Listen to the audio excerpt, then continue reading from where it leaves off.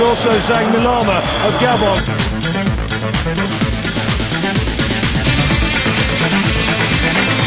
Pierre-Emerick Aubameyang, la frappe et ça.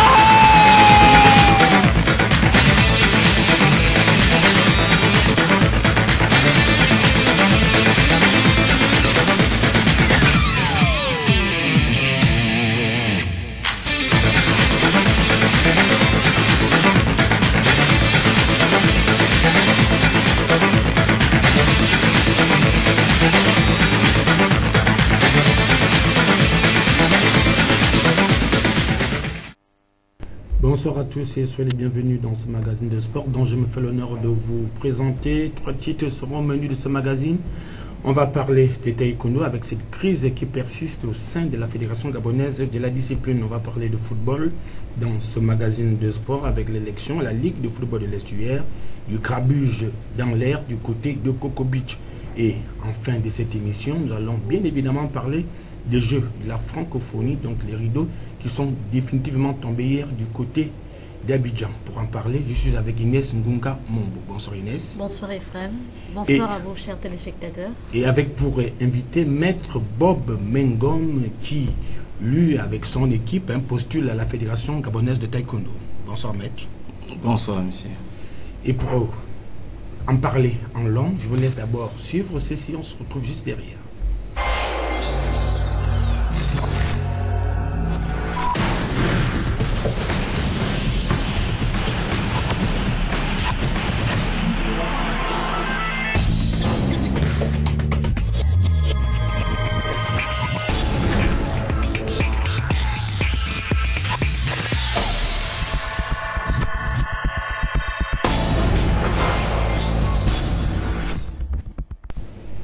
Le sport gabonais est-il réellement malade? C'est le dossier de ce TVS Sport de ce soir. Nous sommes interrogés en milieu de semaine dernière. Nous avons fait un certain nombre d'éléments concernant plusieurs disciplines sportives sur le plan local. Le taekwondo est en crise. Le football, à la moindre mesure, avec la Ligue de football de l'Estuaire. Le wushu, avec cette assemblée générale qui ne s'est jamais tenue. À la Fédération gabonaise de tennis, il y a eu une élection hier où seul le président Samuel Minkomindon était le seul candidat. Il a été réélu pour un mandat de 4 ans. Est-ce que le sport gabonais se porte bien? Au regard de tout ce qu'on vient à peine d'énumérer ici, il faut sans l'ignorer que le sport gabonais se porte très mal au regard des différentes crises observées dans ces différentes disciplines. C'est pour dire également, Ephraim, que on peut dire qu'on peut tout simplement compter le nombre de disciplines qui ne sont pas touchées par cette crise. Et là encore, au niveau du taekwondo, on ne cesse de le redire. Les uns et les autres passent sur les différentes chaînes de télévision pour dénoncer le fait du non-respect des textes réglementaires à chaque discipline. Et je crois que le taekwondo n'est pas la seule discipline où on enregistre ce non-respect des textes. Il y a également la Ligue de l'Estuaire, la Ligue de football de l'Estuaire, avec la non-participation également des deux candidats, M. Mendy Kabangoy et Tarsus Binza, voilà, qui annonçaient aussi le non-respect de ces textes en vigueur par rapport à la Ligue de l'Estuaire, surtout sur l'élection et le lieu également où s'est tenue cette élection, cette assemblée générale élective qui était délocalisée, or que selon les textes, il ne devait pas se tenir à l'extérieur même du siège de la dite Ligue. Sans pourtant qu'il y ait une assemblée générale qui devrait voter si oui ou non l'assemblée générale devait être délocalisée. Voilà, avec cette réélection également de M. Minko, M. Samuel au niveau du tennis, c'est pour dire qu'on a comme l'impression que les différents pratiquants de cette discipline se disent qu'on a tellement dénoncé les mêmes faits qui se répètent qu'il vaut mieux laisser les choses telles qu'elles se présentent et peut-être qu'à la longue, ils décideront eux-mêmes de démissionner et laisser que les choses puissent avancer. Il est important également de reconnaître qu'on a certaines failles et qu'on a besoin des conseils des uns et des autres pour que la discipline puisse tout simplement aller de l'avant. Donc accepter nos manquements et nos faiblesses, accepter également le reproche, accepter de travailler avec tout le monde pour la meilleure cohésion et l'avancement de la discipline. Bon, donc on va faire un tour du côté de la régie pour vous présenter cet élément qui concerne cette analyse approfondie du TVS sur le fonctionnement de certaines fédérations sportives sur le plan local. Le reportage signé Mosconi Ngonomba. Le problème de respect des textes dans la quasi-totalité des fédérations nationales et ligues reste l'épineux souci des amoureux du sport qui depuis plusieurs années se plaignent du non-respect des dits textes. En effet, l'on assiste chaque jour à des assemblées générales électives où règne l'intimidation, la fraude, l'achat des consciences, mieux encore, la violation des dispositions statutaires qui régissent ces entités. Prenons le cas du taekwondo où le président sortant avait annoncé son retrait suite aux échéances à venir. Un retrait qui ne serait qu'au courte durée, plus qu'à quelques jours de l'Assemblée générale, ce dernier refait surface. Le scénario est identique chez les kickers. Là-bas, le torchon ne cesse de brûler. Il y a quelques mois en arrière, le président fédéral avait été déjugé par le ministre des Sports suite aux enquêtes de moralité qui avaient révélé des anomalies incroyables. Miraculeusement, à quelques mois des élections, le dossier de ce monsieur refait surface, mais cette fois-ci, clean comme de l'eau de roche. À l'élection du futur président de la Ligue de football de l'Est hier, certains candidats disent non à cette élection. Ce qui ne semble pas inquiéter Amen Mombo, qui est certainement soutenu par ses pairs, qui cautionnent cette violation des textes qui n'honorent pas le sport gabonais. De quelle élection parle-t-on si toutes les conditions ne sont pas réunies? Le ministre des Sports, quant à elle, fait ménage autour d'elle, notamment avec la sanction de plusieurs de ses collaborateurs suite à des enquêtes révélant des malversations financières. À qui incombent les responsabilités de ces faits observés? Là est toute la question. Tout compte fait, tout a été dit, mais il n'est jamais trop tard de le dire. Vaut mieux quitter les choses avant que les choses ne vous quittent. Alors pour en parler sur ce plateau, nous avons Maître Mengom qui est sur la liste des futurs candidats à la Fédération gabonaise de taekwondo. Cette violation des textes-là n'est pas seulement une affaire du football, mais on retrouve aussi ça dans le taekwondo et c'est pourquoi vous êtes là ce soir, Maître. Je vous remercie. La crise qui existe dans le sport en général est cautionnée par le ministère. C'est cautionné par le ministère. On ne peut pas comprendre dans une institution où les textes existent et qu'on les prenne, on les met à côté et on veut faire à la tête du client. Et c'est ce qui amène la crise actuellement dans le sport en général. Pour ce qui concerne le taekwondo, le sport dont je pratique, je ne sais pas si les autres associations vivent les mêmes choses que nous, ou ça a des degrés différents. Nous avons un président sortant qui n'est plus président en principe depuis le 30 mars. Il est là par défaut, par la bénédiction du ministre. C'est le ministre qui dit tant qu'il n'y a pas encore élection, il reste président. Mais ce n'est pas vrai. Le secrétaire général devrait assurer les affaires courantes. Mais comme ils en font, et je ne cesse de le dire, une affaire à Togovéen, qu'on vienne m'arrêter, mais je dis ce qui est réel. Ils en font une affaire à Togovéen, c'est pour cette raison que M. Ndémé se retrouvera. C'est la même personne qui vous dit, je ne serai plus candidat, et c'est la même personne qui se représente. M. Ndémé avait été réhabilité par le ministère. Il avait été réhabilité, je vous le rappelle, à l'arrivée du ministre des Sports actuel, qu'il a été réhabilité. Une fois l'arrivée, elle a réhabilité M. Ndémé. Ces derniers, ce qu'il a trouvé mieux de faire, c'est de déstabiliser en violation des statuts à son article 32, c'est de violer les textes en cherchant à mettre les présidents des ligues acquises à sa cause. Il n'a jamais convoqué une réunion de bureau. Le président Bembo, qui était son vice-président, a constaté à la dernière assemblée qu'il ne faisait plus partie du bureau. La lettre de démission n'existe pas. Concrètement, quel est votre souhait aujourd'hui lorsque on a vu la dernière assemblée générale qui a permis d'élucider un certain nombre de points, donc la mise en place des ligues provinciales avant de passer à l'élection. Mais quelle est votre préoccupation aujourd'hui? Notre préoccupation, c'était sur le collège électoral, où nous avons quand même pu trouver un terrain d'entente. C'est parce que nous n'avons pas accepté de nous laisser faire. Donc, il y avait 3 ligues qui avaient été mises en cause par le président sortant, qui n'est plus président. Et le samedi, nous étions là-dessus, parce qu'il fallait qu'il fasse le bilan de ces 4 ans. Et lui, il est venu faire le bilan de 6 mois. Il a été élu pour 4 ans, pour un mandat de 4 ans, et il veut faire un bilan d'un mandat de 6 mois. Et nous sommes restés cantonnés sur le collège électoral.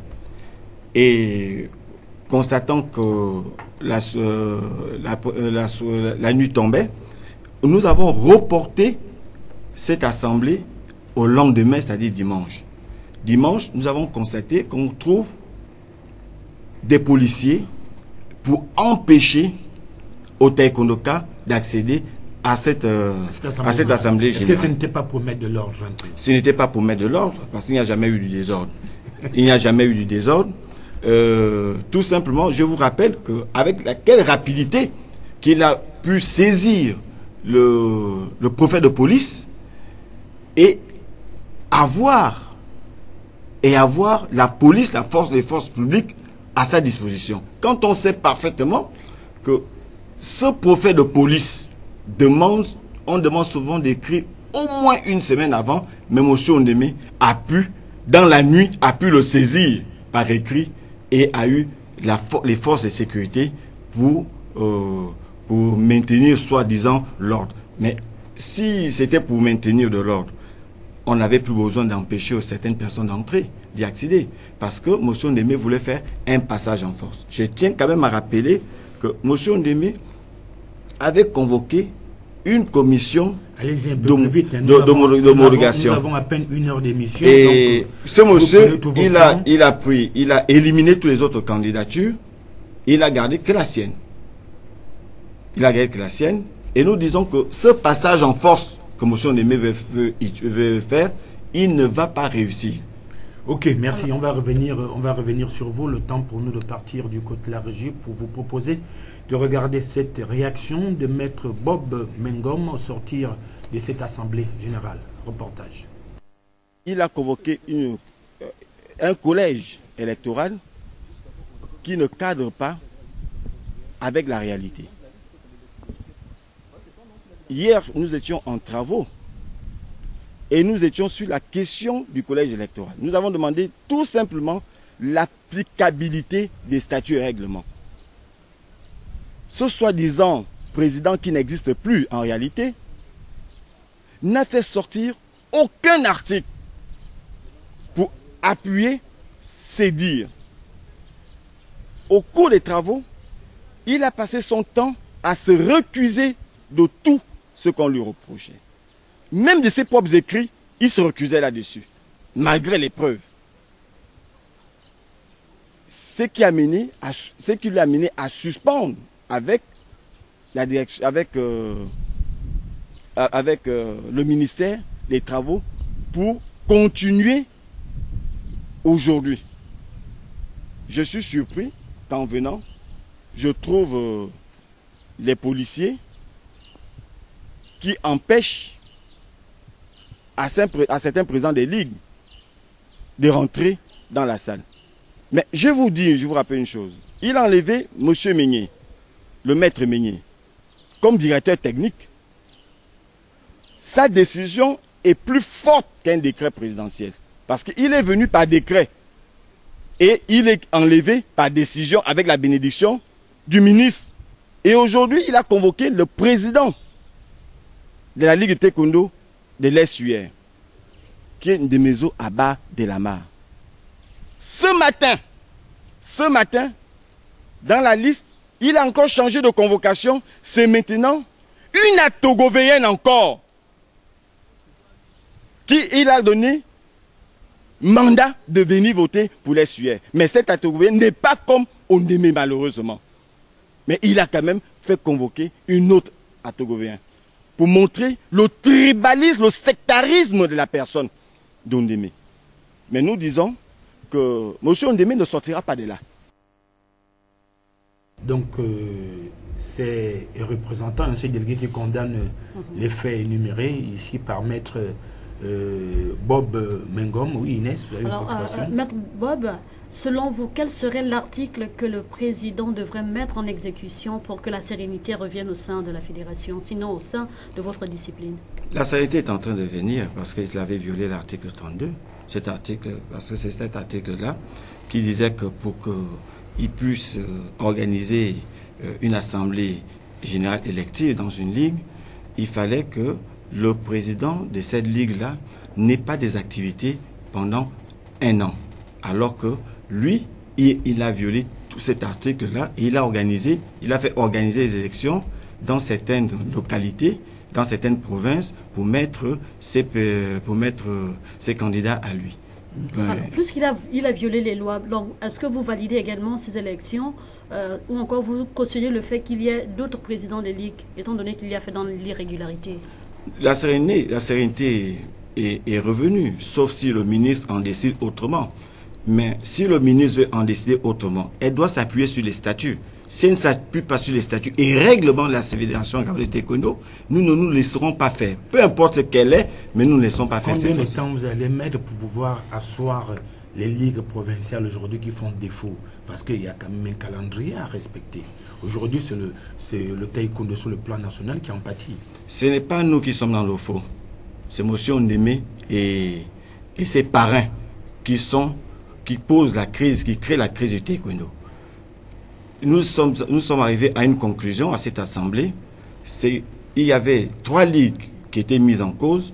C'était le Goué-Vindo, le Goué-Lolo et la Nyanga. Qu'il fallait aller vérifier la véracité de l'existence de ces ligues-là. Maintenant, ce que nous demandons toujours, il ne faut pas que ce soit le ministère ou M. Ondémé, qui n'est même plus président, qui aille vérifier l'existence de ces ligues-là. Quelles sont les personnes qui doivent prendre part à cette vérification, selon vous? Ceux qui doivent prendre part, il y a l'inspection générale, il y a les représentants de tous les candidats à cette élection, puisque ils sont tous concernés, qui doivent prendre part à la vérification de ce collège électoral. Et nous avons demandé autre chose, c'est que ils ne cherchent plus à déstabiliser aucune autre ligue. Parce que s'ils tentent, si ça le monte encore à l'esprit, alors là, ils devraient assumer les conséquences. Parce que nous ne nous laisserons pas faire, s'ils ont l'habitude de faire des coups à d'autres personnes, mais avec nous, nous ne laisserons pas faire cette fois-ci. Nous sommes vigilants de tous les mouvements qui pourront faire.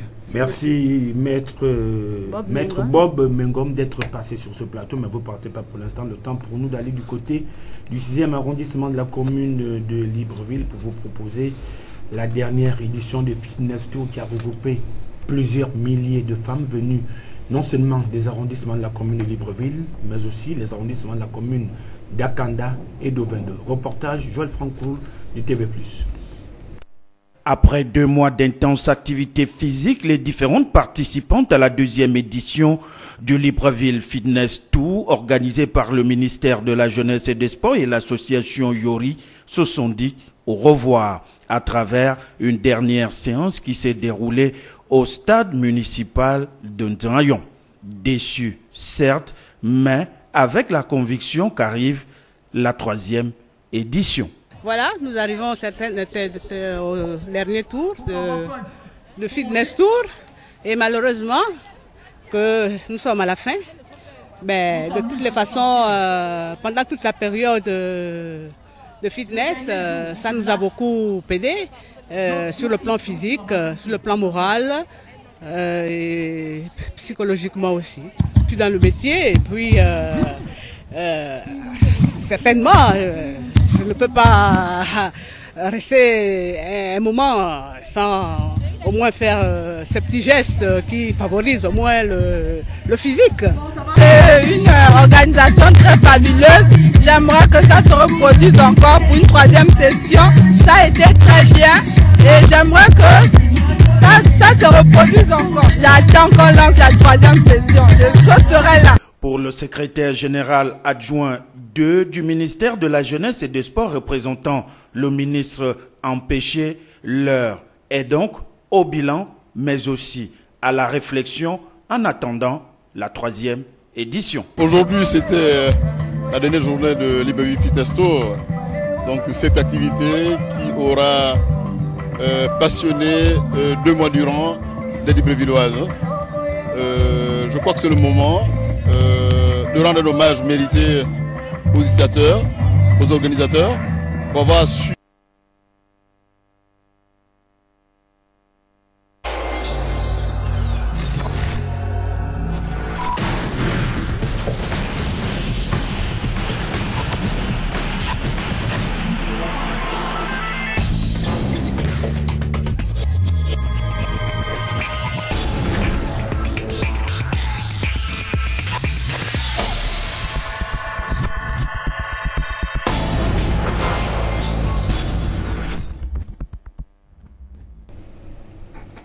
Pour la seconde partie de ce magazine de sport, nous recevons Maître Franklin Boulingui qui vient nous parler ici d'un stage. Hein. C'est un stage, Maître. Bonsoir, Maître. Bonsoir, Monsieur Ephraim. Vous voulez nous parler d'un stage donc à partir du 5 août au 2 septembre qui concerne bien évidemment le full contact, le kickboxing, le tout du côté du plateau de l'ancien hôtel Dialogue de Libreville. Maître, de quoi s'agirait-il? Bah, écoutez, comme je l'avais déjà bien dit autrefois, hein, que vu que les vacances sont arrivées, nous avons pu mettre un concept en place qui va permettre à ce que les vacanciers qui sont là viennent participer quand même aux activités de full contact qui nous permettent de maintenir un peu les jeunes aussi dans l'oisiveté qu'il y a et puis les sortir un peu de la délinquance. Quand même durant le mois, hein, c'est un programme assez chargé, du 5 août et 2 septembre. Oui. Ouais. Et là, nous avons et dimanche, voilà, nous avons intitulé les vagues 100% full contact. C'est-à-dire que ça concerne les enfants, les femmes, les adultes, les hommes et tout le monde. De 14h à 18h, il suffit de se présenter au plateau, l'ancien plateau de tennis de l'hôtel Dialogue. Vous arrivez, il n'y a pas de frais à payer, c'est gratuit pour tout le monde. Et puis, à partir de là, vous allez découvrir un peu qu'est-ce que le full contact ou le kickboxing. Nous avons en initiation, formation, démonstration aussi. Donc, vous le faites gratuitement, vous n'avez pas besoin de fonds pour suivre, non? Et vous savez qu'en ce moment, la crise sévit un peu partout. Vous voyez qu'aujourd'hui, avec tout ce qu'il y a comme problème au sein du ministère des Sports, là, je venais encore de suivre le maître Bob tout à l'heure qui s'est plaigné de tout ce qui se passe. Où est-ce que vous voulez qu'on aille trouver les fonds? Le ministère vous dira qu'il n'y a pas de fonds. Vous allez trouver les bailleurs de fonds. Aujourd'hui, les sponsors, nous n'en avons plus parce que les crises sont là. Vous allez faire payer à un jeune Gabonais 500 ou 1000 francs. Ce sera déjà difficile pour lui. Donc, bon, nous nous battons avec les moyens de bord. Nous faisons cela avec nos propres poches. Et puis, bon, voilà. Qu'est-ce qui va être fait durant les 1 mois? Les activités seront basées sur quoi? Bon, les modules, les activités seront basées sur, comme je le disais tout à l'heure, l'initiation en matière de full contact, comment savoir donner une gauche, une droite, comment savoir donner un coup de pied, venir transpirer, permettre aussi aux gens de venir se défouler. Un bon samedi après-midi ou un dimanche, pourquoi pas, surtout avec tous les problèmes que nous avons en ce moment. Ça pourra permettre aux jeunes et à toutes les personnes de pouvoir bien venir se défouler, venir redécouvrir un peu ce que c'est le full contact qui a un peu quitté la scène aujourd'hui. Et en même temps, refaire la promotion, relancer aussi les activités et mettre un peu tout le monde... Alors, quand vous relancez les activités, sont les activités de votre club ou encore autre chose? C'est des activités qui concernent le club, c'est le Tiger Sport Academy qui est là, qui sort du Saouti pour venir un peu organiser des événements aussi en plein air. Parce que en salle, c'est souvent coûteux pour pas mal de personnes. Les gens ont du mal quand même à regagner les salles ici à Libreville. Et alors que là, nous allons un peu en plein air, histoire de permettre aussi à tout le monde de se rencontrer, venir ensemble, transpirer et discuter un peu du sport. Et puis bon, voilà quoi. Il faut venir transpirer. C'est tout un mois de challenge. Est-ce que vous serez accompagné des autres maîtres qui viendront également apporter leur aide d'association? Tout à fait. Nous sommes quand même au Tiger Sport Academy, nous sommes très organisés. Nous avons aussi l'aide de certains clubs aussi et certains maîtres de full contact, des anciens comme des nouveaux aussi, certains champions, des anciens comme des nouveaux champions aussi. Finalement, c'est ouvert à tout le monde, c'est-à-dire qu'il n'y a pas de discrimination. Nous ne venons pas parler de fédération ou parler de ligue ou parler de politique, non. Nous parlons juste de la politique, développement du sport, plus précisément du full contact. Donc je ne serai pas seul, c'est un peu comme d'habitude, nous serons peut-être 4, 5, voire 10, et au fur et à mesure, vous verrez que les gens s'ajouteront aussi, et puis bon, nous serons disponibles là pour pouvoir gérer une vingtaine, une trentaine, une cinquantaine de personnes qui viendront, quoi.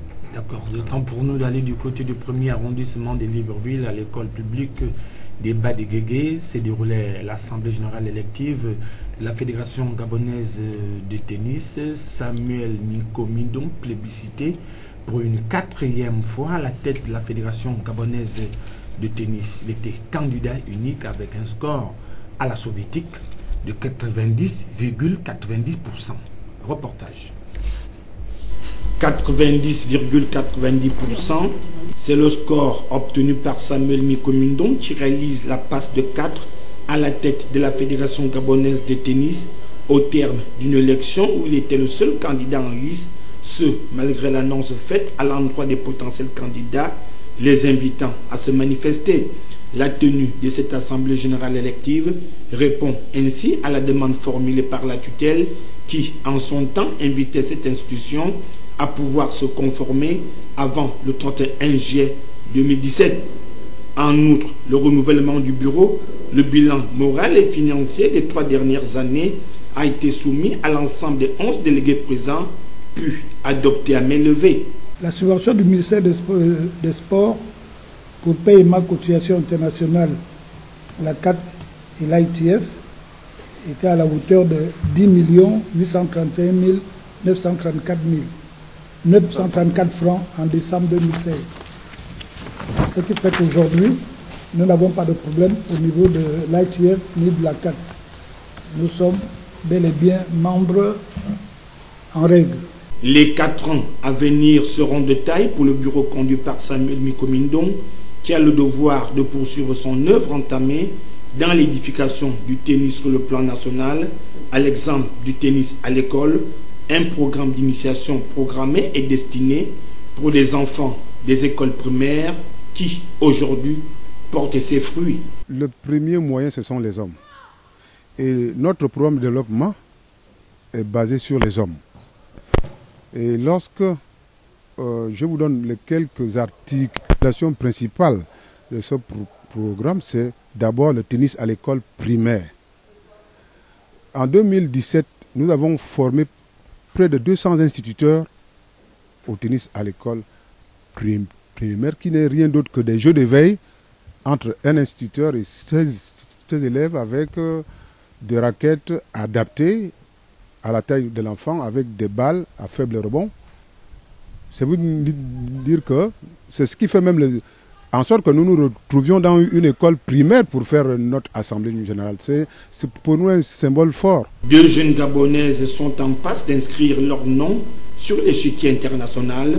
Nous sommes en 2017. Vous avez une jeune Gabonaise qui vient d'avoir 17 ans le 27 juillet.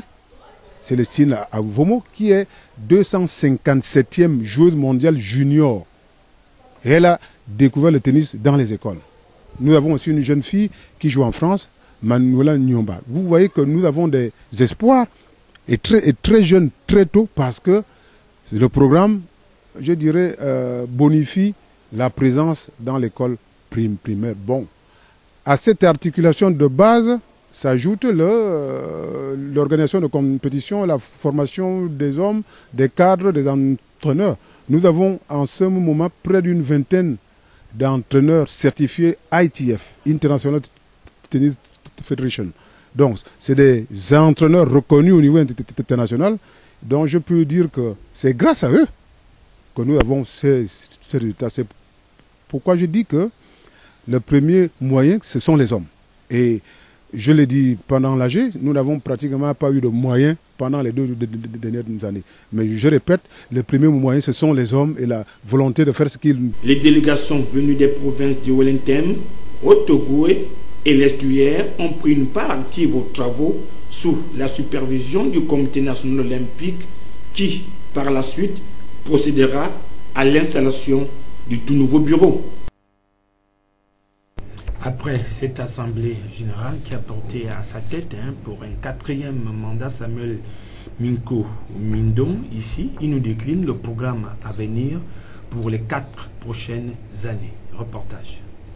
Nous remercions le ministère des Sports parce que le ministère des Sports nous aide énormément. Je l'ai dit pendant l'AG, grâce au ministère des Sports, nous avons maintenant un site. Le ministère des Sports nous a fait une correspondance mettant à la disposition du tennis gabonais le site de Minoubé, avec 8 cours et un clubhouse.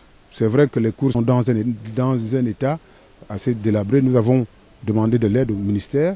Nous avons aussi demandé de l'aide au niveau de l'ITF, c'est-à-dire la Fédération internationale. Nous cherchons des sponsors pour, je dirais, restaurer ce site-là. Et je le dis aux autorités de tutelle, si nous arrivons à avoir un site à nous avec 8 cours où les enfants peuvent s'entraîner comme ils veulent, quand ils veulent. Ce n'est pas 2 champions que nous allons avoir, mais près d'une dizaine. Parce que c'est scientifiquement prouvé que lorsque l'entraîneur est dispo, comme le sont les nôtres, lorsque vous avez les structures, il n'y a pas de... Je dirais que c'est presque scientifique que, à force d'entraîner le plus grand nombre d'enfants, parce que j'ai oublié de dire que dans les écoles primaires où nos instituteurs travaillent un peu, c'est vrai que c'est très difficile en ce moment avec les moyens de bord. On a près de 5000 élèves dans les 5 écoles où les instituteurs. Donc, nous avons un vivier qui nous permet de former des champions très très tôt, à 5-6 ans, l'enfant joue. Donc, voilà un peu brosser le programme. Et je l'ai dit, ce programme, je ne l'ai pas fait. Ce sont les entraîneurs, ce sont les présidents de clubs, les présidents de ligue, qui sont des experts. Parce que nous, au niveau de l'ITF, les formations sont assez pointues pour former les administrateurs, former les encadreurs, former les dirigeants. Donc, pour qu'on parle le même langage. Donc, je leur ai dit, c'est le programme qu'ils ont concocté avec comme base le tennis à l'école, l'organisation des compétitions de jeunes et les infrastructures que le ministère nous aide à mettre en place. Donc, voilà un peu ce que je leur ai proposé qu'eux-mêmes continuent de faire, puisqu'ils le font déjà. Donc, ils continuent de le faire pendant les 4 prochaines années pour que, je répète, nous n'aurons pas deux ou trois champions de dimension internationale, mais au moins 10, parce que c'est scientifiquement prouvé que lorsque vous avez des entraîneurs passionnés, vous avez des infrastructures, vous avez le vivier que nous avons dans les écoles, les joueurs de bon niveau arrivent très vite et très tôt. On espère tout simplement qu'avec la nouvelle dotation, donc à savoir une cour de tennis du côté de l'ING, c'est Amin Doubé, la Fédération gabonaise de tennis dirigée de nouveau par Samuel Minkomindong pourra sortir de ses sentiers battus. Bon, on a comme l'impression, Ephraim, que M. Samuel Minkomindong reflète tout simplement le tennis. C'est pour dire que on a comme l'impression qu'on veut s'éterniser à la tête des fédérations, et avec l'arrivée du ministre Dr Nicolas Sellé, j'avais l'impression qu'avec cette nouvelle dynamique, elle voulait enlever tous les gros crocodiles, comme on le dit souvent, aux têtes des fédérations, et qu'au niveau aussi de la Fédération gabonaise de tennis, M. Samuel Minkomindong devrait être également dévoûté de ce fauteuil-là, et pourquoi pas laisser également la place aux plus jeunes et apporter tout simplement son expérience, Ephraim. Alors, est-ce que son vice-président ne peut pas aussi postuler à la tête de la fédération et travailler en étroite collaboration? Pour le moment, les vice-présidents sont en train d'apprendre. Sur combien d'années? Ça, c'est le 4e mandat. Ouais, donc, alors, tu vois un peu, 4 x 4, 16. Donc, on a comme l'impression qu'on veut s'éterniser désormais. Quand on voit la Fédération gabonaise de tennis, c'est M. Samuel Minkomindong. Oui, d'accord. Donc, il nous a promis du beau tennis dans les prochaines années. Mais avec 2 internationaux seulement. Voilà, donc 2 dames. Donc, il faut dire que c'est la jeune féminine, d'ailleurs, vous qui vous affirmez dans le tennis, et non les messieurs. Momo Kassai est quasiment retraité. Déjà, donc, on espère que avec la venue de Samuel Minkomindong, le tennis pourra pourquoi pas redémarrer de plus belle. Alors, maître Franklin Boulingui, donc le stage démarre dès le 5 août prochain et prendra fin le 2 septembre 2017. C'est cela. Et le stage en question, il est gratuit. Oui, il est gratuit pour tout le monde, parce que je vais vous dire que l'espace, nous ne le louons pas, donc c'est un espace gratuit, donc nous ne voyons pas d'inconvénient à le faire gratuitement. Et demander aux gens de venir, c'est nombreux, venir déjà pouvoir bien transpirer, pouvoir se défouler, découvrir encore ce que c'est le full contact, le kickboxing. L'aspect sécurité au niveau des enfants qui pourront se fracturer une jambe, ça, bien sûr, oui, mais tout à fait. Oui. Nous sommes en train de veiller sur tout ça. Maintenant, on aura une touche de secours sur place. On a aussi des arrangements que nous avons avec certaines structures médicales qui sont là en cas d'eux. C'est vrai que les assurances, c'est pas toujours facile de les avoir pour nous qui pratiquons le sport de combat, mais nous essayons de faire le minimum et puis avoir aussi la sécurité sur place, la vigilance pour ça. Est-ce qu'il y a déjà des bonnes volontés qui se manifestent déjà? Oui, il faut dire qu'il y a des bonnes volontés. Vous savez, au Gabon, il y a des bonnes volontés en matière de sport. Mais ce que je regrette, c'est parce que nous mettons plus l'accent sur le côté même politique du sport, vous voyez. Et aujourd'hui, le côté typiquement sport sport n'existe plus. La volonté, il y en a. Il n'y a qu'à le voir au bord des mers. Vous voyez comme des fois les gens font du footing au bord des mers. Allez au bord des mers, vous voyez des jeunes qui se retrouvent en petit comité, qui essaient de s'entraîner ensemble avec toute l'insécurité qu'il y a. Ils vont peut-être se donner des coups sans pourtant mieux les contrôler. Mais bon, ils ont quand même la volonté, ils le font. Mais aujourd'hui, je pense que les fédérations ou les ligues ou le ministère devraient plutôt mettre l'accent sur la formation des jeunes. Vous comprenez un peu? C'est cette politique-là que nous devons mettre en place pour qu'on évite de toujours aller à nous retrouver dans des situations difficiles où maintenant la famille de sport se divise à tous les niveaux. On part du football, juste peut-être s'il y aurait une formation, une fédération des billes aussi, c'est sûr que c'est le même problème qui devait... Oui, bon, la pétanque elle est là, c'est sûr que c'est tout le même problème qui devait arriver. C'est dommage parce que vous voyez, les jeunes ne bénéficient plus de tout ça là. Vous voyez, tout se passe, la structure est bloquée. Les clubs n'existent plus, les entraîneurs se découragent. Tout à l'heure, vous parlez du tennis de Momo Kassa. Je suis gêné de voir que ce petit qui a du talent, aujourd'hui, il est mis à l'écart. Et c'est ce qui se passe aujourd'hui au Gabon. LVS l'a rattrapé. Voilà, aujourd'hui, on parle des deux championnes qui sont là. Moi, je connais bien. Mais demain, quand ils ne seront plus en forme, ils ne seront plus en accord avec la structure fédérale ou bien l'équipe qui sera en place, qu'est-ce qu'on fera d'elle? C'est la même chose. On les mettra aussi à l'écart. On va encore recréer d'autres personnes. On va amener. Et le sport au Gabon ne pourra pas réellement décoller si on continue toujours à rester au niveau des fédérations, au niveau des ligues et penser finances. Il faut que le ministère aujourd'hui fasse comme ils ont fait avec le fitness tour, comme je vois. On impose aux gens aujourd'hui d'avoir des clubs. Aujourd'hui, je suggère que qui va être président d'une fédération doit d'abord avoir une structure qu'il a créée pour prouver qu'il veut réellement développer le sport au Gabon. On ne se lève pas un matin parce qu'on a appris qu'il y a des budgets, je peux les gérer et je me lance à ça. Encore pour tous, on se souvent dit qu'ils font du bénévolat, mais on se pose toujours la question de pourquoi savoir... cette éternisation? Voilà, ce fameux bénévolat qui ne prend jamais fin lorsqu'on vous demande de partir. On s'accroche, donc au finish, il n'y a pas de bénévolat dans le sport. Excusez-moi, monsieur Efraim, vous venez me rappeler quelque chose. Vous savez, je veux rappeler ce que le ministre Alfred Madické avait dit à l'époque. Quand il était ministre de sport, il avait posé la question à tous les présidents de fédérations lors d'une assemblée, d'une réunion, demander à un président de lever le doigt. C'est lui qui disait qu'il faisait vraiment dans le bénévolat. Alors ce jour-là, aucun président n'avait osé lever le doigt. Il avait dit, mais donc pourquoi vous vous battez alors si c'est du bénévolat que vous faites? Vous voyez? Donc c'est un peu ça, c'est pour dire qu'aujourd'hui ce n'est pas une affaire de bénévolat, c'est une affaire de gros sous. Donc maintenant, maître, moi je veux prendre part à votre caravane, qu'est-ce que je fais pour entrer en contact avec vous?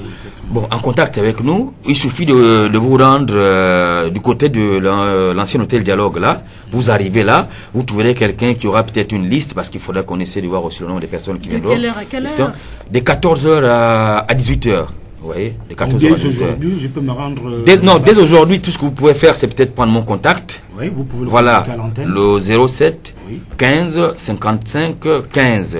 Voilà, 07 15 55 15. La fiche, elle est là pour cette caravane qui démarre le 5 août prochain et qui va bien évidemment se poursuivre jusqu'au 2 septembre de cette année. Donc, cette caravane est organisée par Tigers Sport Academy, voilà, qui est basé du côté du club Saouti de Libreville, qui invite plusieurs jeunes Gabonais ou d'adoption à prendre part à cette grande caravane hommes et femmes, hommes et femmes, d'initier les jeunes à la pratique du full contact. Maître, vous ne partez pas, vous restez là un instant, le temps pour nous de parler autre chose. On va parler de handball avec ces finales de dames et messieurs à la Ligue de handball de l'Estuaire qui se sont déroulées du côté des plateaux sportifs de l'université Omar Bongo avec Sifflotant qui a pris le dessus sur la Jeunesse Athlétique Club de Libreville. Ça c'est chez les dames, et chez les hommes, Libreville handball a dominé Reveil dribbling. Reportage Mosconi Ngolomba. Vainqueur au match aller de la Coupe de la Ligue, l'équipe des Sifflotants n'a pas réalisé l'exploit cette fois-ci en match retour face à la Jacques Revanchard qui s'est imposé 32 contre 24. Le match était impressionnant, mais nous on avait confiance en lui parce que Dieu nous a encore confirmé dans Jean 14 au verset 1. Il nous a encore confirmé qu'il était avec nous, qu'on ne doit pas s'inquiéter. Et nous avons remis tout entre ses mains. Nous n'avons pas paniqué, mais parce que nous avons confiance en notre Jésus, qui est l'alpha et l'oméga, le commencement et la fin. Nous avons délié cette victoire. Nous sommes déçus parce qu'on a perdu, évidemment, mais on ne peut pas dire que l'équipe adverse a démérité. On a lutté comme on a pu, mais dommage que ce soit aux prolongations, au tir au but, qu'on a été vaincu. Même scénario chez les messieurs où Libreville Handball avait également pris le dessus sur Réveil Dribbling, mais au retour, les rôles se sont inversés. Réveil Dribbling, dès l'entame de la partie, a marqué son empreinte en réalisant coup pour coup des balles de but qui ont porté le score à 28 contre 26. À l'épreuve des prolongations, Libreville Handball s'en est plutôt bien tiré avec une victoire 6 contre 2 au terme de cette rencontre. La mi-temps a été compliqué parce que tout d'abord on est venu comme si on avait déjà, c'était un match qu'on avait déjà gagné et les adversaires ne se sont pas laissés faire. Ils sont revenus au score. Malheureusement, on a perdu le match, mais nous sommes allés en prolongation et nous sommes vraiment très heureux d'avoir gagné après les prolongations. Je veux dire que dans l'ensemble c'était pas mal déjà pour le début de match. La semaine passée, nous avons joué contre eux, ils nous ont battus, de 4 buts d'écart. Là, ce match-là, nous avons joué, nous les avons battus de 2 points. Nous sommes allés en prolongation. Je veux dire que ce qui a fait en sorte que nous ne puissions pas gagner ce match, parce que nous avons beaucoup raté face à face avec le gardien adverse. Et je pense que défensivement aussi, nous n'avons pas été bons. Pour ces finales retour de la Ligue, Sifflotant chez les filles s'empare du titre en lieu et place de la Jacques, qui n'a pas démérité. Libreville Handball chez les messieurs s'est fait peur en match aller, mais très vite les compteurs ont été remis à 0. Une fin de saison riche en spectacles. Les champions sont désormais connus par tous. Il ne reste plus qu'à dire au revoir à ces handballeurs qui, durant cette saison, ont donné le meilleur d'eux au grand bonheur de la joie que procure cette discipline. Au sortir de ces finales de handball, la présidente de la Ligue de cette discipline de l'Estuaire nous donne ici sa réaction, à savoir Mélanie Nsamba qui est au micro de Mosconi Ngonoba. Rendre grâce à Dieu pour cette saison qui a commencé et terminé sans incident majeur au niveau des athlètes, des encadreurs et les officiels. Et souhaiter bonnes vacances, remercier aussi les équipes, les responsables des clubs, les arbitres, les délégués, vraiment, et sans oublier la fédération aussi qui nous a soutenus, accompagnés pendant la saison. Que dire de plus si ce n'est que bonnes vacances à tous les clubs et que Dieu nous protège pendant les vacances, que nous puissions nous retrouver l'année prochaine pour la saison prochaine. Je suis satisfaite tout simplement parce que il y a eu le suspense. Vous-même vous avez vu jusqu'à la dernière minute, que ce soit chez les hommes ou chez les dames, c'était pas un acquis. Donc contrairement à ce qu'on pensait, les choses ont été, il y a eu de l'engouement et le suspense était là, vraiment c'était beau, Je suis satisfaite de la qualité du jeu.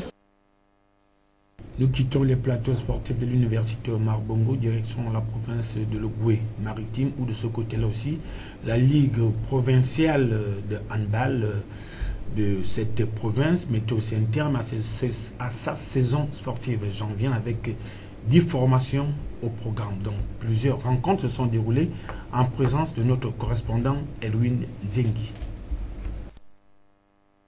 Malgré l'absence des sponsors, c'est sur le plateau sportif du stade Pierre-Claver-Divungui de la capitale économique que se sont jouées les finales de la 6e édition de la Coupe de la Ligue de handball de la province de l'Ogooué maritime.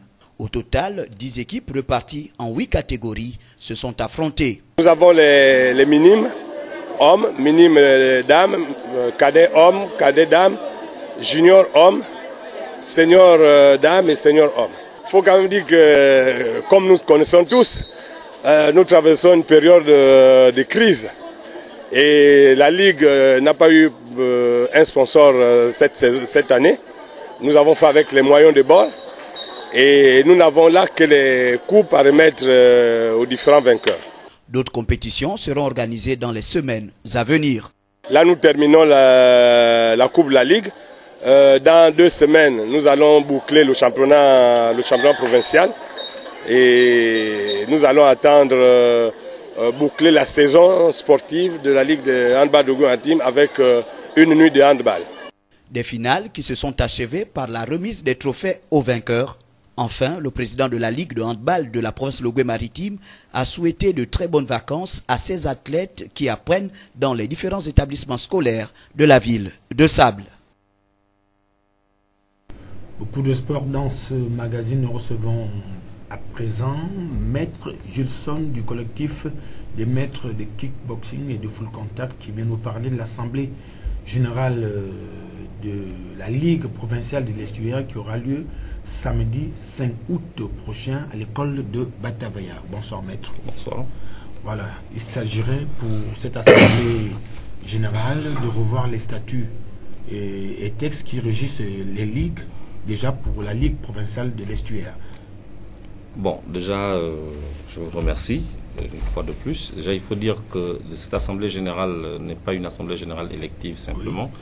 C'est une Assemblée générale constitutive. Oui. Pourquoi constitutive? Parce que nous avons fait constater au ministère que l'activité kickboxing a toujours existé. Il y a eu des manifestations, il y a eu tout ce qui a existé, mais que juridiquement, elle n'avait pas lieu de s'appeler fédération parce que là, il n'y avait pas en amont des ligues.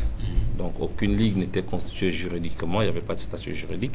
Donc, c'est pourquoi, déjà, on va parler du décret 648 qui régit un peu le sport au Gabon. Alors, ce décret porte organisation des statuts types, notamment sur les ligues, les associations et les fédérations. Qui organise cette Assemblée générale? C'est le collectif ou bien il y a déjà une ligue qui existe qui a convoqué l'Assemblée générale? Non, il n'y a aucune ligue existante. Ouais. Il n'y a aucune ligue existante. Ce sont les acteurs de la discipline du kickboxing et du full contact qui organisent l'Assemblée générale constitutive. J'insiste là-dessus parce que juridiquement, nous n'avons aucun... comment on appelle ça? Il n'y a aucune ligue de kickboxing qui existe. Oui. Alors, quel est l'article qui vous donne autorisation d'organiser une Assemblée générale constitutive? Le décret 445, dans son article 2, est simple. Le ministère n'organise rien du tout. Le ministère vient pour contrôler, observer et valider ce que les sportifs font.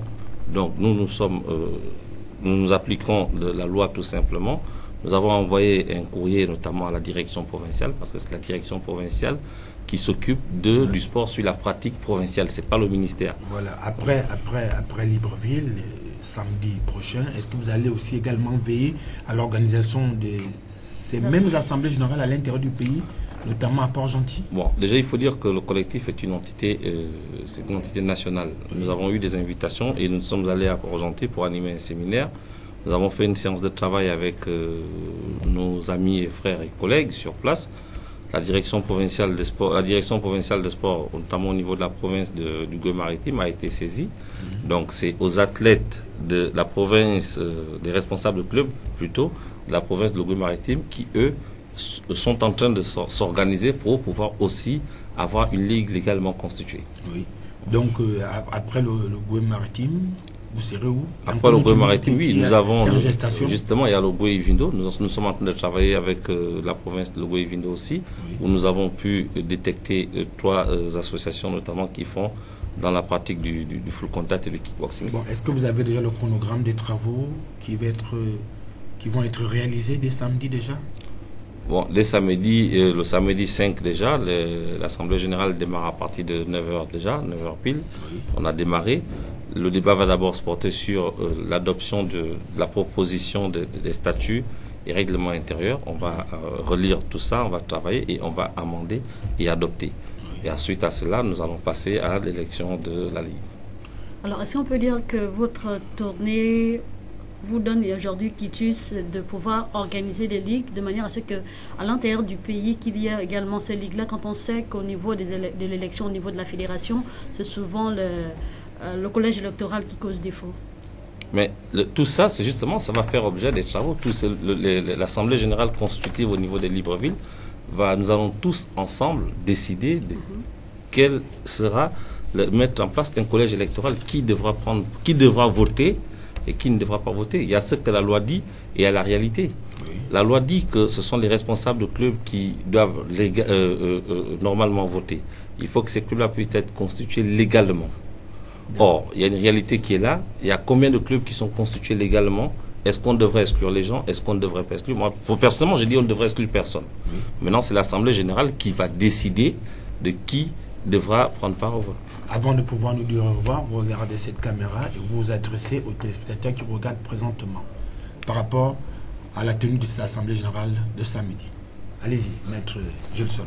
Alors, je m'adresse à tous les pratiquants de kickboxing et full contact sur tout l'étendue du territoire de la province de l'Estuaire, que l'élection de l'Assemblée générale constitutive, autant pour moi, aura lieu samedi 5 août. Alors, nous appelons tous les pratiquants, élèves et entraîneurs à être présents, quelles que soient vos occupations, faites l'effort d'être là, parce que ce que nous allons faire samedi en dépend de la vie de nos disciplines. Ce que nous allons faire samedi, il ne faudrait plus que dans 10 ans, dans 15 ans, nous revenons sur les mêmes problèmes que nous avons eus durant les 7 dernières années. Donc moi, j'invite tout le monde à être présent, à venir participer, prendre part aux travaux qui vont se dérouler pour qu'ensemble, nous puissions faire avancer le kickboxing. Merci, Maître Gilson, d'être passé sur ce plateau. Vous ne partez pas, vous restez élaborer un instant. Le temps pour nous d'aller du côté de la régie, vous proposer cet extrait qui concerne notamment l'élection au niveau de la Ligue de football de l'Estuaire, avant celle-ci qui s'est déroulée du côté de la commune de Coco Beach. Il était question pour les délégués, donc à savoir ceux de Libreville qui étaient en liste pour cette élection, de pouvoir se concerter aux côtés d'Alaba Fall, président du Centre Mbéry sportif de Libreville, lieu de la rencontre, le stade municipal d'Enzarion. Reportage, Mosconi Ngonomba. Contre toute attente, au siège de la Ligue de football de l'Estuaire, l'on observe un cadenas et des bâtons fermés. Une rencontre entre le secrétaire général de la Ligue et toutes les parties qui devraient procéder à la vérification des dossiers et au respect des dispositions statutaires de la Ligue, avant cette assemblée générale qui annonce ses couleurs. Nous sommes là, nous ne savons même pas qui est le président de la commission, alors qu'il est indiqué dans les dispositions statutaires de la Ligue de football de l'Estuaire qu'une commission doit être mise en place. Alors voilà, nous allons à une élection où nous ne savions pas qui est le président de la commission. Vous voyez, nous venons justement de parcourir, si vous voulez, quelques notes qui sont affichées, mais c'est toujours le secrétaire général et qui est dans ces notes, vous voyez bien que la commission a examiné le dossier. Alors, qui a examiné le dossier? Le secrétaire général au sein de cette commission ne peut être qu'un rapporteur. Et s'il y a des notes à signer, c'est le président de la commission. En parcourant quelques notes affichées par le secrétaire général de la Ligue, 3 articles ont été violés, notamment l'article 37 du règlement intérieur. Les cautions à la présidence de la Ligue de l'Estuaire, les cautions c'est 250 000 francs. À ma grande surprise, ils m'ont demandé 500 000. Et ils m'ont appelé hier pour me dire, viens récupérer tes 250 000. Vous croyez que ce sont des personnes normales? Non, mais ne fantasmons pas. Nous sommes tous des Gabonais. Comment est-ce qu'on peut bafouer les lois, n'est-ce pas, du règlement intérieur et les statuts? On veut arranger les choses pour que les choses vont de manière normale, mais quand on arrive ici, tout le bureau a fouillé. Vous croyez que c'est des personnes? Mais je vous dis, et je vous rassure, tant que les statuts et les règlements ne sont pas respectés, il n'y a pas d'élection. Tant que ils décident, n'est-ce pas, d'amener ces élections-là à Coco Beach, il n'y aura pas d'élection. Je vous le dis et je vous le confirme. Il serait plus qu'urgent que le bureau sortant applique l'article 8 et 9 qui stipule que pour qu'il y ait élection, une commission de réflexion et de désignation des membres qui devront organiser l'élection soit mise en place pour le bon déroulement de celui-ci. Au regard des insuffisances de certains, un putsch électoral est clairement organisé au profit d'un tout autre candidat.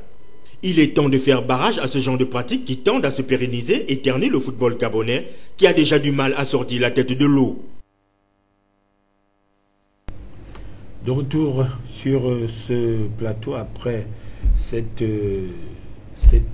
rencontre entre nos reporters et les responsables qui devaient prendre part au vote au niveau de la Ligue de football de l'Estuaire. Nous recevons sur ce plateau M. Mathurin Mbahi, représentant le candidat Tarcissus Mbinza, qui était non partant, au départ qui était partant à cette élection et qui finalement a raccroché. Il a dit qu'il n'était pas partant par rapport au non-respect des statuts et textes concernant l'organisation de cette élection. Bonsoir. Bonsoir, monsieur. Donc, aujourd'hui, vous êtes sur ce plateau pour nous éclairer sur un certain nombre de points. Merci, monsieur. Je ne dirais pas comme certains qui parlent de non-respect des textes. Je dirais tout simplement qu'après avoir pris connaissance de la documentation de la Ligue de football de l'Essuaire, on a constaté qu'il manquait de statuts. Les statuts ont été bel et bien rédigés, mais ils ne sont pas validés. Vous pouvez vérifier auprès de la Ligue de football de l'Essuaire. Oui. Voilà. Donc, mais qu'est-ce qui a causé l'exclusion déjà sur la liste des partants du candidat Tarcissus Minza, du fait qu'il ait déposé sa caution du côté de la direction provinciale basée en Toum, ou tout simplement vous avez jugé utile de retirer tout simplement la candidature parce que pour vous les choses n'étaient pas claires? Bon, au départ, vous savez, dans toutes les élections, on communique, on vous présente le bureau qui doit diriger les élections. On vous communique la composition de la liste électorale. Oui. Malheureusement, rien n'avait été fait. Peut-être c'est ce qui nous a amené aussi d'aller vers du côté de la direction des sports pour leur présenter la situation. Quelles sont maintenant les démarches que vous allez devoir entamer, parce que l'élection elle a eu lieu samedi, c'est samedi, oui. C'est samedi du côté de Ntoum, du côté de Kokobiche, autant pour moi. Quelles sont vos nouvelles démarches à présent? Est-ce que, selon vous, cette élection va être validée ou bien vous avez d'autres informations que nous ne maîtrisons pas? Pour nous, il n'y a pas eu encore d'élection. Oui. Je disais au départ que qui veut l'entendre, la presse peut aller mener les enquêtes sur le terrain, il n'y a pas de statut jusqu'à ce jour. Oui. Donc on ne peut pas parler d'élection. C'est comme un véhicule qui n'a pas de carte grise. Oui. Vous voyez, ce véhicule peut circuler, oui. Mais on ne l'arrête jamais. Oui. Mais vous, si intelligent que vous êtes, vous voulez vous conformer aux lois de la République gabonaise, vous allez dire non, moi je veux la carte grise de ce véhicule, je ne peux pas l'amener comme ça. Oui. C'est un peu ce que nous avions fait. D'accord. Donc pour ce faire, nous avons rencontré l'un des candidats à cette élection qui aussi a jeté l'éponge, à savoir Mendy Kabango, qui a constaté à son tour quelques anomalies. Nous sommes allés du côté de Bellevue 2, dans le 3e arrondissement de la commune de Libreville, pour avoir un peu plus clair. Reportage. L'incohérence des statuts pour sa non-participation à l'Assemblée générale élective organisée par la Ligue de football de l'Estuaire, qui en principe devrait se dérouler au moment où nous parlons du côté de la commune de Kokobiche. Il y a eu des anomalies au niveau, n'est-ce pas, de ce non-respect du règlement et des statuts. Premièrement, l'article 3. L'article 3 dit ceci. Les élections de la Ligue de l'Estuaire, n'est-ce pas, est organisée au niveau de Libreville. Maintenant, s'il y a délocalisation, n'est-ce pas, de cette élection, il y a l'Assemblée générale qui est là pour voter là où nous devions, n'est-ce pas, élire le président de la Ligue.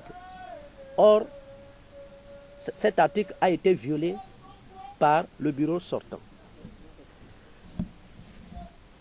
L'article 22. Violation encore de l'article 22 qui dit ceci.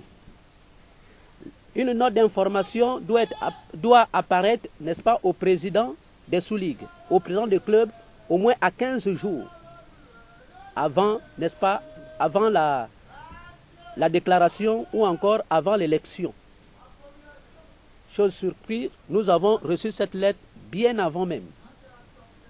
D'où il y a violation, n'est-ce pas, de l'article 20. S'ajoute l'article 37, alinéa 4, qui stipule, je cite, « Tout candidat à cette élection devrait s'acquitter des frais du dossier et d'une caution de 250 000 francs CFA, alors qu'à l'inverse, c'est tout le contraire qui a été constaté. » De l'Estuaire.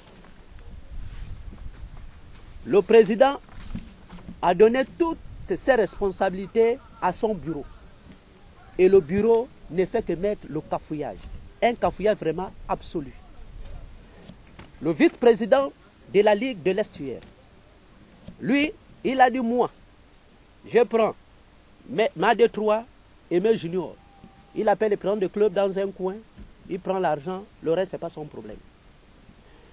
L'autre aussi, il dit, moi, comme lui, il fait ça, moi je prends les minimes, les cadets et les écoles de football, moi aussi, je prends aussi mon argent. L'autre dit, Ah, moi aussi, j'ai cru aussi pour moi. Qu'est-ce que je vais faire? Moi, je prends l'argent des licences. Oui, la licence, c'est combien? C'est 5 000. Bon, venez, je suis quelque part, venez prendre de l'argent. L'autre dit, bon, si c'est comme ça, en tout cas, moi, je sors. Parce que moi, je ne comprends rien. Comment ça se fait-il que les autres prennent de l'argent, mais moi, je vais vivre comment? Donc, ça veut dire quoi? Ça veut dire qu'à la ligue là-bas, c'est chacun pour soi, pour tous. Même tabac, même pipe. Pour le bureau conduit par Mendy Kabangoy, il est hors de question que d'aucuns prennent la Ligue de football de l'estuaire comme un patrimoine. Des réflexions approfondies ont notamment été menées pour redorer le blason de cette institution au cas où un homme nouveau venait à prendre ce fauteuil.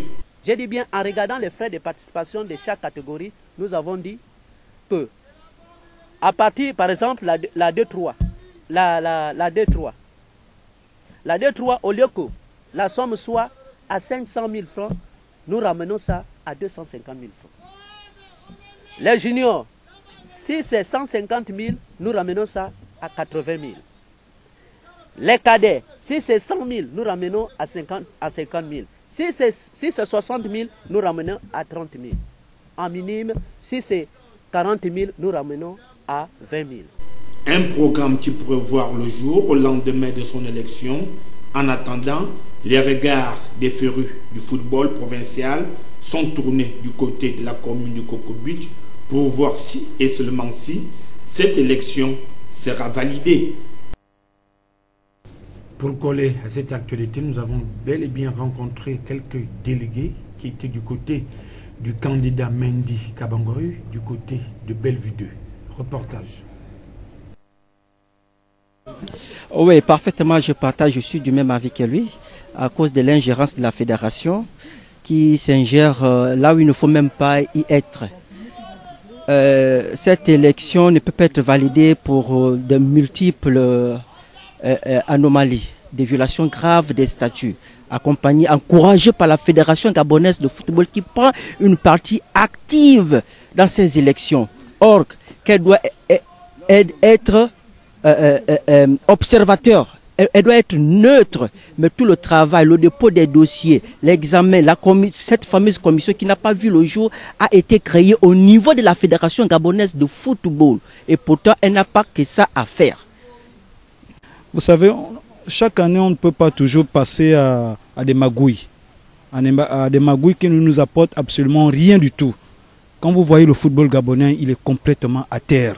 À terre. Pourquoi? Parce que lors de la CAN cadette, cette équipe a été constituée dans la cacophonie. Il y a des jeunes dans les clubs qui peuvent bien intégrer l'équipe nationale, mais qui n'ont pas la chance d'intégrer cette équipe nationale. Et à la Ligue de football de l'estuaire, il faut des gens capables de pouvoir gérer cette ligue-là. Et moi, le seul candidat que je peux voir aujourd'hui, il n'y a que M. Mendy, qui avait déjà perdu les élections une année. Nous sommes encore revenus pour le même combat et nous voulons que le football gabonais redémarre à zéro. Aujourd'hui, nous ne disons pas que nous avons des points avec les autres présidents, que ce soit le candidat, que ce soit M. Tarcissus ou M. Mombo. Non. Nous dénonçons le non-respect des règlements et des statuts, ce qui a été énuméré par le président de la sous-ligue d'Ovendo. Et en dénonçant cela, nous disons non, pas des élections. S'ils sont allés aux élections, que les instances telles que le ministère, la fédération, revoient ces élections et annulent ces élections qui se passent du côté de Kokbich. Ensemble, la Fédération gabonaise de football n'a pas été neutre, n'a pas été exempte de tout reproche.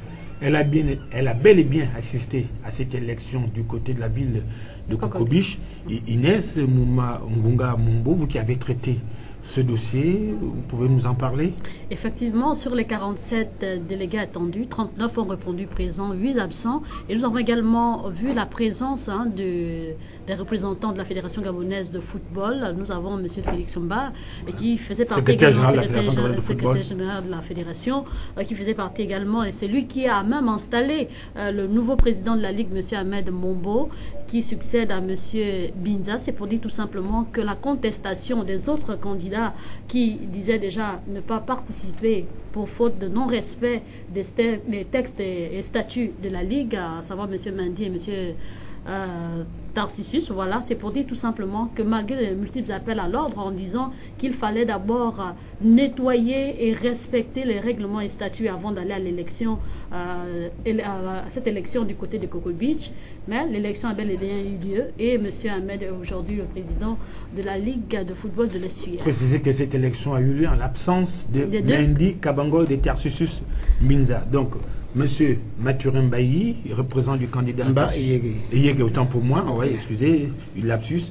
Vous qui avez été du côté de Tarcissus, vous avez énuméré un certain nombre d'anomalies, notamment dans la signature des courriers qui vous ont été envoyés avant cette élection. Effectivement. Oui. Nous avions reçu 3 ou 4 courriers, mais malheureusement, quand on regarde les cachets qui figurent sur ce courrier, il y a le cachet du président. Or, lui, il est secrétaire général. Il y a d'autres courriers, là où on trouve le cachet du trésorier. Oui. Nous avions ce courrier ici. Or, qu'est-ce que le trésorier va faire dans la commission électorale? Or, il devait y avoir un cachet de la commission autonome en question. C'est-à-dire qu'il devait y avoir un cachet personnel qui devrait gérer pour les élections. Là, il utilise les cachets de la Ligue, alors qu'il n'avait pas le droit d'utiliser les cachets de la Ligue. Donc, c'est des manquements qu'on a observés. Est-ce que ces manquements, là, au finish, peuvent vous donner raison lorsqu'on sait, évidemment, que la machine est en place? Et c'est une machine bien huilée. Est-ce que ces anomalies peuvent vous donner raison d'ici la fin de cette semaine? Mais je parle ici, dans votre studio, en disant que la Ligue de football de l'Essuyer n'a pas de statut amendé. Oui. C'est bien, ils ont écrit les statuts, mais ce n'est pas amendé. C'est pas amendé. D'accord. Malgré que ce n'est pas amendé, les représentants de la Fédération gabonaise de football ont pris part à cette élection. Et aujourd'hui, vous êtes sûr que... Lorsque nous savons que ce sont eux qui régulent le football sur le plan national. Vous savez ce que j'ai fait au football? Vous avez été arbitre? J'étais arbitre. Oui. Après, on m'a appelé à la commission nationale, autant pour moi, à la Ligue nationale de football, oui, pour gérer les arbitres. Et dans les statuts de la LINAF, c'est bien écrit, noir sur blanc, signé, que ne peut officier en première division que les arbitres interligues, fédérales et FIFA. Bon, lorsque moi j'arrive dans cette commission, je dis, comme c'est écrit, qu'est-ce qu'on doit faire? On doit recenser tous les arbitres qui ont les diplômes. Or, avant que je n'arrive, même quand on me gérait, je n'avais jamais constitué un dossier. Il suffit qu'on appelle quelqu'un au téléphone. Allô, oui, vous connaissez un arbitre dans votre province là-bas? Oui. Il a quel grade? Fédéral. On écrit. Or, avec ce qu'on a fait à la LINAF, on a trouvé des faux gradés. Oui. Après, on les a mis de côté parce que le texte était là. Donc, c'est ce qu'on veut faire aussi avec la Ligue de l'Essuyer. Il y a l'absence de texte. Je ne sais pas s'ils ont le récépissé. Je ne sais pas s'ils ont le récépissé délivré par le ministère de l'Intérieur. Je ne sais pas s'ils ont l'agrément. Et voilà, on parle des statuts. D'accord. Et je tiens à dire à nos fidèles que bon, je voulais terminer, excusez-moi. Oui, allez-y. Je voulais terminer en disant que je demande aussi l'attention de ceux qui ont dirigé le débat. Si le nom de Ahmed figure sur l'acte de naissance de Mombo, parce que si ça figure, bon, c'est normal que son dossier soit recevable. Mais si ça ne figure pas, ça ne peut pas être recevable. Parce que toutes les lettres qu'on a reçues, on parle de Mombo, Serge, Ahmed. Si Ahmed ne figure pas dedans, ça ne peut pas être recevable. D'accord.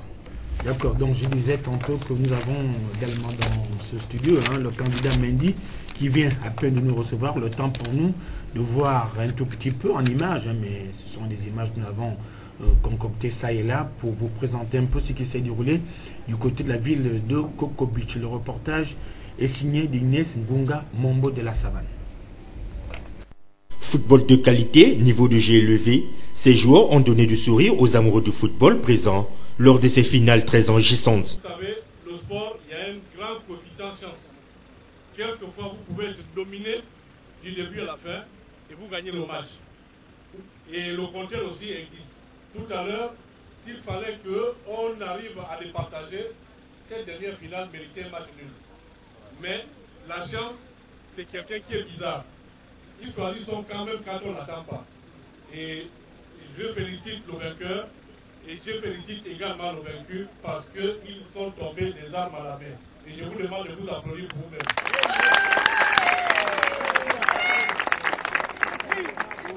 Non, chers amis, rien de grand ne se fait sans passion. L'année dernière, nous avons commencé cette aventure et nous continuons cette année et je me suis rendu compte qu'il y a beaucoup plus d'engouement. Et je voudrais que l'année prochaine, ce soit meilleur. L'une des finales opposait l'équipe de Fall en rouge à celle du ACL soldée par une victoire de Fall. Au début de saison, j'essayais de faire de mon mieux. Maintenant, quand on m'a remis le titre du meilleur joueur, je suis très content et je suis content de la victoire du club. Nous sommes champions en coupe et en championnat. J'étais très heureux, on a marqué des buts, j'ai donné les passes collectives à mes joueurs. Et on allait fêter ça aux tribunes. J'étais très heureux de savoir qu'on a pris le championnat. J'étais très content parce que j'ai donné les passes décisives à nos attaquants. C'est pour ça qu'on a gagné le championnat. Une saison qui s'achève en apothéose avec la participation des équipes de U14, U15 et U18, parrainée par Jean-Mario Gandaga qui a bien voulu apporter son soutien aux jeunes en organisant ces compétitions qui de nature tendent à disparaître. Alors là, nous étions du côté d'Akanda, donc nous sommes allés plus vite en besogne. Donc, au lieu de vous proposer quelques images s'agissant de l'élection qui s'est déroulée du côté de la commune de Kokobiche, on vous a présenté cette fin d'un tournoi du côté de la commune d'Akanda qui rassemblait des jeunes enfants de 8 à 15 ans. Donc, on va sur le volet international à présent pour vous proposer les images qui concernent le trophée des champions, cette compétition qui précède souvent le coup d'envoi du championnat de France de première division. Cette année, cette rencontre opposait la formation de Monaco face au Paris Saint-Germain. Victoire du second cité sur la marque de 2-1. Reportage presse internationale. Coup d'envoi donné par Falcao et l'AS Monaco, le champion de France en titre pour ce trophée des champions. Ici à Tanger devant 45 000 personnes. C'est un premier très grand rendez-vous pour le football français.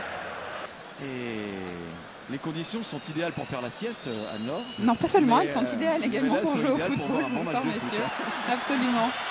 Attention, ce bon ballon, Dani Alves la reprise. Oh, et l'arrêt délicat mais arrêt de Daniel Subasic. Qui se fait mal.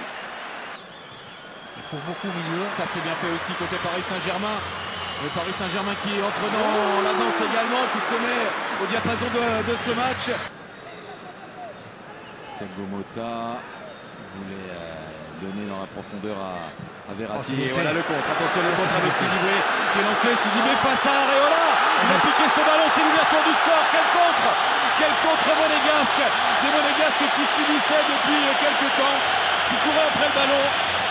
Celui-là, ils l'ont récupéré, ils l'ont utilisé et c'est allé très vite, trop vite pour la défense parisienne. Ça fait 1-0, c'est le champion de France en titre qui mène. Transition offensive ultra rapide des monégasques. On va le voir avec vraiment une action à 3 remarquable. Mbappé encore avec un peu d'espace, va pouvoir accélérer, aller provoquer Kylian Mbappé dans la surface, qui a pu enchaîner avec la frappe, ça a été repoussé. Il essaye de faire briller ses partenaires. Le coup franc, pas mal frappé. Oh, la sortie hasardeuse de Subasic, ça a failli profiter à Marquinhos. Donc on va voir au fil de la saison comment sera le jeu de Monaco. Sidibé pour le centre, le bon centre déposé sur la tête de Radamel Falcao, le coup de tête du Colombien qui passe au-dessus de la transversale. Oui, le premier coup franc dans cette position tout à l'heure a été frappé par Edinson Cavani. Là ça devrait être plus en force de la part du Brésilien. Et là c'est pour Dani Alves. C'est plus en force et c'est but. C'est au fond des filets. Dani Alves qui signe définitivement son arrivée au Paris Saint-Germain. C'est lui qui égalise dans ce trophée des champions. Voilà pourquoi ces joueurs-là donnent une autre dimension à notre football. Égalisation de Dani Alves, un but partout entre l'AS Monaco et le Paris Saint-Germain. On est devant désormais, encore grâce à Dani Alves. Cette fois, pas buteur mais passeur. Passeur pour Adrien Rabiot. Oui, les Monégasques fautifs d'avoir laissé jouer sur leur flanc gauche. Avec Daniel Alves qui est venu de très loin redemander le ballon pour adresser ce centre parfait en retrait pour un Adrien Rabiot qui, pour la deuxième fois, il a sa change de la tête.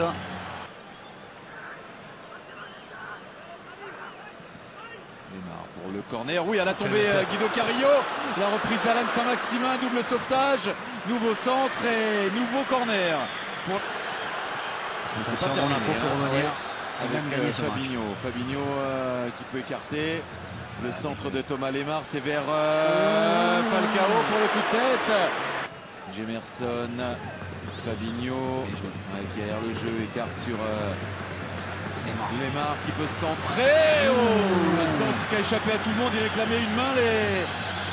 C'est surtout Rabiot qui a mis ce ballon. Ah ou alors c'est Rabiot qui fait une passe volontaire vers son gardien. Non, c'est involontaire. Au contraire, il a failli marquer contre son camp, Rabiot. Rabiot. Nkunku. Pas mal fait, Nkunku. Alan Saint-Maximin à la tombée. Saint-Maximin qui met ce ballon dans la surface, c'est repoussé par Marquinhos. Tillmans, et c'est terminé. C'est le Paris Saint-Germain qui conserve son trophée des champions. Pour la 5e année consécutive, le PSG gagne ce trophée-là.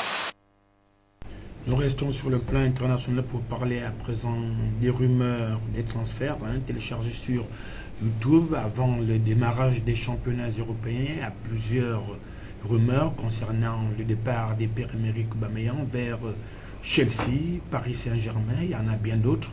Les rumeurs sont vues ici par Fleury à son reportage. Alors la première rumeur, elle concerne Riyad Mahrez, l'actuel joueur de Leicester City. Il a des envies d'ailleurs, il aimerait surtout jouer la Ligue des Champions, ce qui n'est pas le cas avec Leicester City pour cette saison. En tout cas, l'AS Roma s'intéresse fortement à lui. Le club a les moyens avec les ventes d'Antonio Rudiger à Chelsea et surtout de Mohamed Salah à Liverpool. En plus, voilà, Mahrez, ça ferait un très bon remplaçant à Mohamed Salah puisqu'ils ont besoin d'un joueur offensif pour le remplacer. Alors des premiers contacts ont été établis. La Roma a fait une offre de 25 millions pour le moment. Bien évidemment, Leicester l'a repoussé puisque 25 millions pour Mahrez, c'est largement insuffisant. Ils en espèrent au moins 35 millions. Je pense honnêtement que l'AS Roma peut mettre les 35 millions puisqu'ils ont quand même vendu Salah pour environ 40 millions. Rudiger, je crois aussi que c'est dans les 40 millions. Donc, ils peuvent se le permettre et je pense qu'ils doivent foncer sur Riyad Mahrez. Ce serait une très belle recrue. Ensuite, la seconde rumeur concerne Eliakim Mangala, l'actuel joueur de Manchester City. On l'évoque du côté du Paris Saint-Germain. Alors, rassurez-vous, c'est pas pour une place de titulaire. La charnière, ce sera bien évidemment Thiago Silva et Marquinhos. Mais on parle de Mangala comme 4e défenseur. Et oui, les mecs, Mangala tombe bien bas si c'est le cas. C'était le mec, le défenseur le plus cher de l'histoire il n'y a pas si longtemps que ça. Et ça va devenir peut-être le 4e défenseur du Paris Saint-Germain. Après, bien évidemment, rien n'est encore officiel. Mais c'est quand même un dossier assez bouillant. La troisième rumeur concerne Renato Sanchez. Vous le savez, il ne joue quasiment pas au Bayern Munich sous Ancelotti. Et on l'évoque du côté du Milan AC et du Benfica. Alors Benfica, son club formateur. On évoque éventuellement un retour et on évoque éventuellement un prêt avec option d'achat au Milan AC. Puisque le Milan AC, vous le savez, sont en train de réaliser un mercato de malade. Honnêtement, s'ils arrivent à recruter Renato, ce serait vraiment dingue. Ensuite, les amis, on continue avec Pierre-Emerick Aubameyang, l'actuel joueur du Borussia Dortmund. Alors, on l'évoque actuellement du côté de Chelsea. Il aura fait pas mal de clubs dans ce mercato, puisqu'on l'a premièrement évoqué du côté du Paris Saint-Germain, même en Chine. On l'a évoqué également du côté du Milan AC. Cette fois-ci, c'est du côté de Chelsea. Franchement, apparemment, c'est pas loin de se faire. On parle d'une transaction autour des 70 millions, puisqu'apparemment, j'étais pas au courant. Mais Diego Costa est sur le départ. Alors, je ne sais pas vers quelle destination. On parle soit en Chine, soit vers l'Atlético.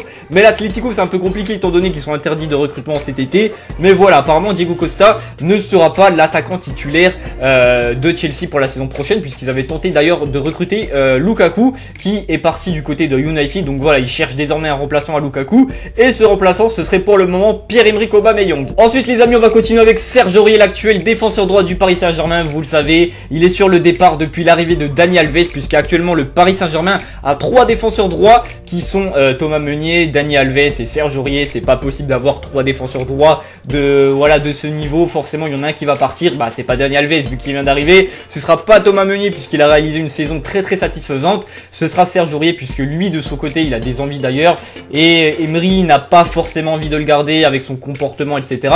Alors on l'évoque du côté de la Serie A, soit à la Juventus donc pour remplacer Dani Alves puisque pour le moment ils ont seulement Lichtsteiner, soit du côté de l'Inter Milan. Donc pour le moment la piste la plus possible c'est l'Inter de Milan, mais une chose est sûre, il partira les potes et il y a de grandes chances qu'il atterrisse en Serie A, à recruter. Ensuite, la dernière rumeur, elle concerne une potentielle arrivée en Ligue 1, elle concerne Javi Garcia, l'Espagnol du Zénith Saint-Pétersbourg. Il est annoncé du côté de Bordeaux et franchement, ce serait une très bonne nouvelle que ce soit pour la Ligue 1 ou pour Bordeaux, car il ne faut pas oublier que c'est un joueur qui est très expérimenté. Le seul problème, c'est qu'il est encore sous contrat avec le Zénith jusqu'en 2019, mais Bordeaux ne lâche pas le dossier, ils sont vraiment déterminés à faire arriver le joueur dans leur club, donc moi franchement je valide ce transfert.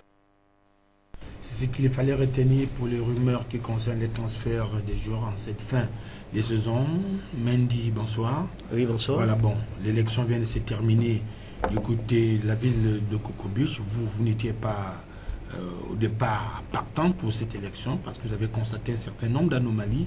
Est-ce qu'aujourd'hui vous avez un dossier embêtant dans vos mains pour vous permettre, pourquoi pas, de faire annuler cette élection?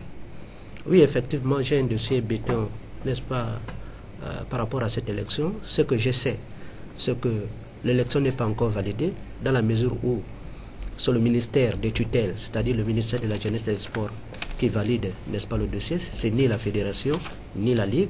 Ça, c'est d'abord dans un premier temps. Dans un deuxième temps, quand j'ai regardé l'Union ce matin, vraiment, j'ai touché la tête. Je me suis dit que nous nous retrouvons, n'est-ce pas, dans une parodie électorale. Vraiment. Ouais. Parce que quand je regarde bien le quotidien, il y a des figures que moi-même je ne connais pas. Moi, en tant que président de la Solique de Vendo et en tant qu'ancien président du Racing Club de Bellevue, je connais les présidents, je connais les joueurs et je connais aussi quelques dirigeants. Mais en regardant, n'est-ce pas, le stature du collège soi-disant qu'ils ont amené, moi je me dis que c'est vraiment grave. C'est une honte pour notre pays. Quand de telles choses comme ça arrivent, vraiment personnellement j'ai honte. Parce que quand vous regardez bien, tous ceux qui sont partis, la plupart ne sont pas les présidents de club. Et ça, je vous le confirme. La plupart qui sont partis, ce ne sont seulement que les cotes qu'ils ont pris pour juste seulement et prendre ceux qui étaient à Cocobit justement pour remplir la salle. Mais s'ils avaient des mandats? Je suis en train de parler. Je sais de quoi je parle. Oui. Et je suis sur ce plateau-là, c'est pour dire la vérité. Donc, comme je disais que j'avais tellement honte, si vous regardez bien, le collège électoral qu'ils ont évoqué, ce collège électoral est venu le jour où ils voyageaient. Donc, pendant que nous, on faisait le bruit, il n'y avait pas encore de collège électoral. Ça, c'est vraiment une anomalie très grave. Là, c'est encore de l'ingérence. Et c'est ce que je voulais encore reprocher, c'est-à-dire que Michel Minko, qui étant président de des séances de cette élection, Michel Minko ne devait pas être là. Parce que Michel Minko appartient, n'est-ce pas, à la fédération. On ne peut pas accepter que Michel Minko soit le responsable, n'est-ce pas, de cette séance. Parce qu'il est président, il est membre de la Fédération gabonaise de football. Or, les statuts disent que il n'y a que la Ligue qui doit, n'est-ce pas, organiser ces élections. La Ligue... Oui. Qu'est-ce que vous allez devoir faire maintenant pour vous faire entendre, pour vous donner raison? Qu'est-ce que vous allez faire? Qu'est-ce que vous allez entendre maintenant? L'élection vient de se terminer. Mais comme je le disais, que pour nous, nous savons que l'élection n'est pas encore validée, parce que c'est le ministère, n'est-ce pas, de tutelle qui valide, n'est-ce pas, cette élection. Vous avez des garanties que cette élection ne sera pas validée? J'ai des garanties et j'ai des sources que ces élections ne seront pas validées. Et ça, je vous le dis. Mais comme nous savons dans un premier temps, il y a le revers de la médaille. Oui. Maintenant, si l'élection est validée, quelle sera la démarche entreprise par vous en tant que candidat, on peut dire malheureux du fait que vous n'ayez pas participé à cette Assemblée générale élective? Voilà pourquoi je disais que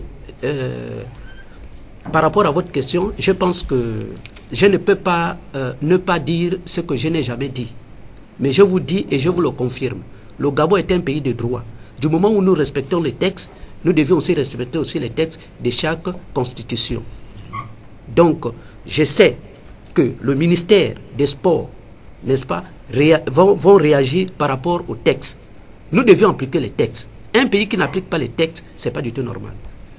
D'accord, merci. Président, nous recevons ici M. Mendy Kabangoy, un candidat à la Ligue de football de l'Estuaire. Malheureusement, il n'a pas pris part à ce débat du côté de la ville de Cocobiche, jugeant ainsi qu'il y avait un peu de la triche dans l'air, entre guillemets, donc il n'a pas pu effectuer le déplacement de Cocobiche, tout comme Tarsussus Mbinza également. Donc seul Ahmed Mombo s'est présenté et a été élu président à la tête la tête de la Ligue de football. Il fallait peut-être ajouter quelque chose. L'estuaire, oui, parce que là, oui, je sais. Le temps qui nous est imparti est complètement terminé. Je sais. Il fallait arriver à l'heure. Donc, nous avons été ravis de nous avoir sur ce plateau. Oui. Et on se donne rendez-vous pour lundi prochain, lorsqu'il sera 21h. Bonsoir.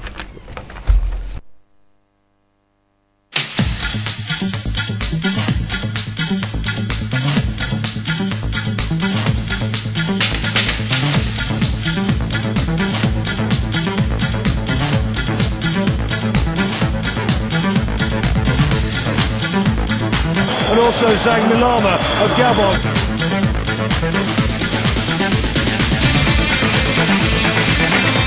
Pierre-Emerick Aubameyang, la frappe et ça